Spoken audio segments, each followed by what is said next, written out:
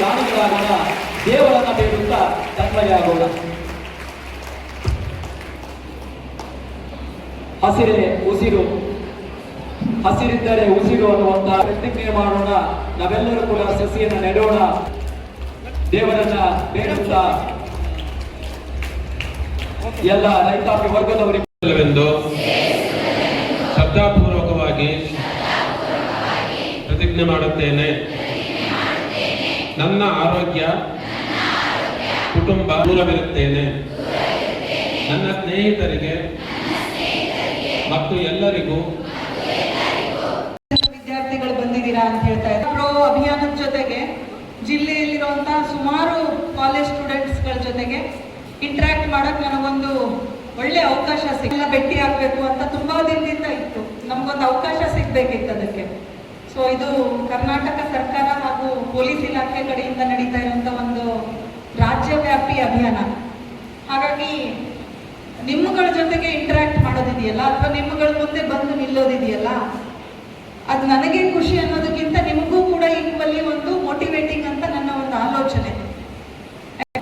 ಕಾಲೇಜಲ್ಲಿ ನಿಮ್ಮ ತರ ಇರೋ ಸಂದರ್ಭದಲ್ಲಿ ಕಾಲೇಜಿಗೆ ಯಾರಾದರೂ ಈ ತರ ಡಿಗ್ನಿಟರಿ ಡಿಸ್ಟ್ರಿಕ್ಟ್ ಲೆವೆಲ್, ಯಾಕಂದ್ರೆ ನಾನು ಓದಿದಂತಹ ಸ್ಕೂಲ್ ಅದಕ್ಕೆ ಚೇರ್ಮನ್ ಅಂತ ಹೇಳಿಬಿಟ್ಟು ಅವರು ಇರ್ತಿದ್ರು. CBSE school, Jawahar Navodaya Vidyalaya ಅಂತಿದ್ದು. So ಎಲ್ಲ ಜಿಲ್ಲೆಗಳಲ್ಲೂ DC ಅವರೇ ಚೇರ್ಮನ್ ಇರ್ತಾರೆ. ಸೊ ಇಂಥ ಒಂದು ಸಂದರ್ಭ ನೋಡ್ಲಿಕ್ಕೆ ಅವಕಾಶ ಸಿಕ್ಕಿದ್ದು. ನಾನು ಯಾಕೆ ಇವತ್ತು ನಾನು ಬಂದಿಲ್ಲೋದು ಇಂಪಾರ್ಟೆಂಟ್ ಅಂತ ಹೇಳ್ತಿದ್ದೀನಿ, ಗೊತ್ತಾಗ್ತಿದೆಯಾ ನಿಮಗೆ? ಸೊ DC ಅವ್ರನ್ನ ನೋಡಿದಾಗ ಎಲ್ಲೋ ಒಂದು ಕಡೆ ಸಣ್ಣದಾಗಿ ಫೀಲ್ ಆಗುತ್ತೆ. ಅವ್ರು ಏನ್ ಮಾಡಿರ್ಬೋದು, ಅಲ್ಲಿ ಒಂದು ಚುಕ್ಕಾಣಿ ಹಿಡ್ಕೊಂಡಿದ್ದಾರೆ ಅನ್ನುವಂಥದ್ದು. ಸಣ್ಣದಾಗಿ ಲೈಟ್ ಆಗ್ಬಿಟ್ರೆ ಅದಕ್ಕೆ ಏನ್ ಮಾಡ್ಬೇಕು ಅನ್ನೋ ಆಲೋಚನೆ ಬರುತ್ತೆ, ಅದಕ್ಕೆ ಏನ್ ಮಾಡ್ಬೇಕು ಅನ್ನೋ ಚರ್ಚೆ ಮಾಡಕ್ ಶುರು ಮಾಡ್ತೀರಾ, ಓದಿನ ಕಡೆ ಜಾಸ್ತಿ ಗಮನ ಕೊಡಕ್ ಶುರು ಮಾಡ್ತೀರಾ.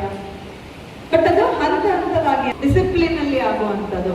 ಇವತ್ತು ನಾನು ನೋಡಿದೆ ಮತ್ತೆ ನಾಳೆ ದಿನ ಮರ್ತು ಹೋದೆ, ಅದಾಗಬಾರ್ದು. ಅದು ಮರ್ತು ಹೋದ್ರೆ ಮುಗಿದೋದ ಹಾಗೆ. ಯಾವತ್ತೂ ಆ ಫೀಲ್ ಬರಬೇಕು. ಇದು ಒಂದೇ ಅನುಭವ ಅಲ್ಲ, ನಾನು ನೋಡದೆ ಇದ್ರು ಇನ್ನೊಬ್ರು DC ಬೆಳಗಾಮಲ್ಲಿ ಇದ್ದಾಗ ಇನ್ನೊಬ್ರು DC ಬಗ್ಗೆ ಹೇಳ್ತೇನೆ, ಹೆಸರೇ ಇನ್ನೊಬ್ರು DC ಇದೇ ತರ ಫೀಲ್ಡ್ ಅಲ್ಲಿ ಹೋಗಿ ಅಲ್ಲಿ ಅವಾಗ ಕೊಯ್ನಾ ಡ್ಯಾಮ್ ಇಂದ ಫ್ಲಡ್ ಆಗ್ತಾ ಇತ್ತು ಬೆಳಗಾಮಲ್ಲಿ. ಆರ್ಟಿಫಿಷಿಯಲ್ ಫ್ಲಡ್, ಡ್ಯಾಮ್ ಅಲ್ಲಿ ನೀರು ಬಿಟ್ಟ ತಕ್ಷಣ ಈ ಕಡೆ ಆ ಸಂದರ್ಭದಲ್ಲಿ ಬೋಟ್ ಅಲ್ಲಿ ಒಬ್ರು ಲೇಡಿ DC ಹೋಗಿ ಫ್ಲಡ್ ಅಫೆಕ್ಟೆಡ್ ಜಾಗಗಳಿಗೆ ವಿಸಿಟ್ ಮಾಡಿ ಆಫೀಸರ್ಸ್ ಜೊತೆಗೆ ಮೀಟಿಂಗ್ ಮಾಡಿರೋದಂತೂ ಪೇಪರ್ ಅಲ್ಲಿ ಬಂದಿದ್ದು. ಯಾಕೆ ಅಂದ್ರೆ ಅಷ್ಟು ಯಾಕೆ ಅವ್ರಿಗೆ ಮೋಟಿವೇಶನ್ ಹೋಗ್ಬೇಕು, ಅಟೆಂಡ್ ಮಾಡ್ಬೇಕು? ಅವ್ರ ಜಿಲ್ಲೆಯವ್ರೂ ಅಲ್ಲ, ಹೊರಗಡೆಯಿಂದ ಪೋಸ್ಟಿಂಗ್ ಆಗಿ ಬಂದಿರುವಂತವ್ರು. ನಾನಿದ್ದು ಸ್ಕೂಲಲ್ಲಿ ಆ ಟೈಮಲ್ಲಿ ಐ ಥಿಂಕ್ 20 ಕಾಲೇಜಸ್ ಆದ್ರೂ ನಾನು ಟಚ್ ಮಾಡ್ದಂಗಾಯ್ತು. ನಿಯರ್ಲಿ 30 ಕಾಲೇಜ್ ಮಕ್ಕಳಿಗೆ ನನಗೆ ಮಾತಾಡಿರುವಂತಹ ಒಂದು, ಹೌದಾ, ಮೋರ್ ದೆನ್ ಅದರಲ್ಲಿ ಸುಮಾರು 80% ಹೆಣ್ಮಕ್ಳೇ ಇದ್ದೀರಾ, 85% ಹೆಣ್ಮಕ್ಳೇ ಇದ್ದೀರಾ. ಬಟ್ ವಿಷಯ ವಸ್ತು ಏನಿದೆ ಇವತ್ತಿದ್ದು, ಹೆಣ್ಮಕ್ಳು ತಗೊಳ್ಳೋದು 15% ಜನ ಅದಕ್ಕಿಂತ ಜೋರಾಗಿ ಸೌಂಡ್ ಮಾಡಿ. ಹೆಚ್ಚಿನ ಭಾಗ ಸಿಟೀಸ್ ಅಲ್ಲಿ ಹೋದ್ರೆ ತುಂಬಾ ಜನ ಬಲಿ ಆಗ್ತಾ ಇದ್ದಾರೆ. ಹೆಣ್ಮಕ್ಳು ಅಂತಲ್ಲ, ಗಂಡ್ಮಕ್ಳು ಅಂತಲ್ಲ, ಅನುಭವ ಕೊಡುತ್ತೆ ಅನ್ನೋ. ಬಟ್ ಆಮೇಲೆ ನಮ್ಮ ಬಾಡಿಯಲ್ಲಿ ನಮ್ಮ physiologically changes.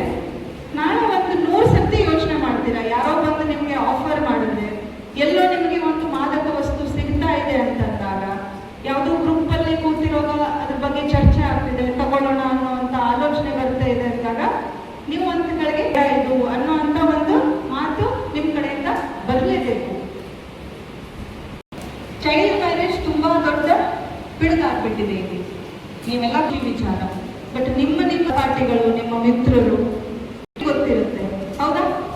School drop out ಆಗಿರ್ತಾರೆ, ಕಾಲೇಜಿಂದ ಡ್ರಾಪ್ ಔಟ್ ಆಗಿರ್ತಾರೆ, ಅಥವಾ 10ನೇ ತರಗತಿ ಮುಗಿದ ತಕ್ಷಣ ಮನೆಯಲ್ಲಿ ಬಿಡಿಸ್ಬಿಟ್ರು, 12ನೇ ಮುಗಿದ ತಕ್ಷಣ ಬಿಡಿಸ್ಬಿಟ್ರು, ಡಿಗ್ರಿ ಕಳಿಸ್ಲಿಲ್ಲ, ಅಥವಾ ಇಲ್ಲ ಪ್ರೈಮರಿ ಆದ ತಕ್ಷಣನೇ 7ನೇ ಕ್ಲಾಸಿಗೆ ಕಳಿಸ್ತಿಲ್ಲ. ಅವ್ರು ಬೇರೆ ಬೇರೆ ಕಾರಣಕ್ಕೆ ಬಿಡಿಸ್ಬೋದು, ಏನೋ ಮನೇಲಿ ಕಷ್ಟ ಇದೆ, ಮುಂದೆ ಓದ್ಸಕ್ ಆಗಲ್ಲ, ಅಥವಾ ಮದುವೆ ಕೂಡ ಮಾಡಬೇಕು. ಸುಮಾರು ಕಾರಣಗಳಿಗೆ ಮಕ್ಕಳ ಶಾಲೆ ಡಿಸ್ಕಂಟಿನ್ಯೂ ಆಗ್ತಾ ಇದೆ. ಕರ್ನಾಟಕ ಆಂಧ್ರ ಸ್ಟ್ಯಾಟಿಸ್ಟಿಕ್ಸ್ ಮೊನ್ನೆ ಎಲ್ಲೋ ಓದುವಾಗ ಕರ್ನಾಟಕ ಆಂಧ್ರದಲ್ಲಿ PUC ಆದ ನಂತರ ಡಿಗ್ರಿ ಎನ್ರೋಲ್ಮೆಂಟ್ ಹೆಣ್ಮಕ್ಳದು ತುಂಬಾ ಕಡಿಮೆ ಇದೆ. ಕಾರಣ ಇದೇ ಇರುತ್ತೆ. ಯಾಕೆ ಅದು ಅಷ್ಟು ಡೀಪ್ ರೂಟೆಡ್ ತಡಿತಿಲ್ಲ, ಅದನ್ನ ಆಲೋಚನೆ ಮಾಡ್ತಿಲ್ಲ, ತಡಿಲಿಕ್ಕೆ ಪ್ರಯತ್ನ ಪಡ್ತಿಲ್ಲ. ಮೊನ್ನೆ ಒಂದು ಜಿಲ್ಲಾ ಮಟ್ಟದಲ್ಲಿ ನಾವು ಕಾಂಗ್ರಿಗೇಷನ್ ಅಂತ ಮಾಡಿದ್ವಿ, ಅಂದ್ರೆ ಒಂದು ಸಭೆ ಮಾಡಿದ್ದಿತ್ತು. ಒಂದು 400 ಮಕ್ಕಳು ಬಂದಿದ್ರಲ್ಲಿ, ಸ್ವಸಹಾಯ ಸಂಘದವರು ಇದ್ರು, ಹೆಣ್ಣು ಮಕ್ಕಳು ಇದ್ರು, ಸೊ ಕೆಲವರು ಡ್ರಾಪ್ ಔಟ್ಸ್ ಕೂಡ ಇದ್ರು ಅದರಲ್ಲಿ. ಅವರನ್ನು ಎಲ್ಲ ಕರ್ಕೊಂಡು ಮಾತಾಡಿದಾಗ ನನ್ನ ಚರ್ಚೆ ಆದ ನಂತರದಲ್ಲಿ ಒಂದಿಬ್ರು 3 ಜನ ಹುಡುಗಿರು ಬಂದು ಮಾತಾಡಿದ್ರು. ತುಂಬಾ ಎಫೆಕ್ಟಿವ್ ಆಗಿ ಹೇಳಿದ್ರು, ಇಲ್ಲ ನಾನು ಓದಬೇಕು, ನನಗೆ ಗೊತ್ತಾಗಿದೆ ಮೇಡಮ್, ನಾನು ಓದಲೇಬೇಕು, ನನಗೆ ನನ್ನ ತಂದೆ ತಾಯಿ ಎಷ್ಟು ಕಷ್ಟಪಡ್ತಾ ಇದ್ದಾರೆ ನನಗೆ ಗೊತ್ತಾಗ್ತಿದೆ, ನನ್ನ ಫ್ರೆಂಡ್ಸೇ ಒಂದಿಬ್ರು ಡಿಸ್ಕಂಟಿನ್ಯೂ ಆದವರಿದ್ದಾರೆ, ನನಗೆ ಈಗ ತಿಳಿತಾ ಇದೆ, ನಾವು ತಡಿಬೋದಿತ್ತು ಅದನ್ನ.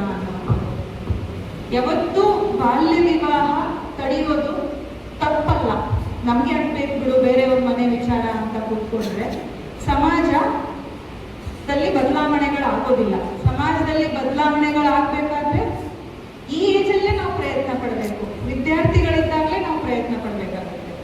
ಯಾಕಂದ್ರೆ ಈಗ ನೀವು ಹೋಗುವಾಗ ನೋಡ್ತೀವಿ, ಒಂದು ರೋಡ್ ಆಕ್ಸಿಡೆಂಟ್ ಆಗಿರುತ್ತೆ, ಅಲ್ಲಿ ಬಿದ್ದು ಓದಾಡ್ತಿರ್ತಾನೆ, ಪಕ್ಕದಲ್ಲೇ ಗಾಡಿಗಳು ದಾಟ್ಕೊಂಡು ಹೋಗ್ತಿರುತ್ತೆ, ಕೆಲವರು ಎಲ್ಲ ವಿಡಿಯೋ ಮಾಡ್ತಿರ್ತಾರೆ. ಇವೆಲ್ಲ ಯಾರು ಹೇಳಿಕೊಟ್ಟು ಬರುವಂಥದ್ದಲ್ಲ, ಮಾಡಿ ಶಾಲೆಯಲ್ಲಿ ತಿಳಿದು ಇವೆಲ್ಲ ವ್ಯಾಲ್ಯೂಸ್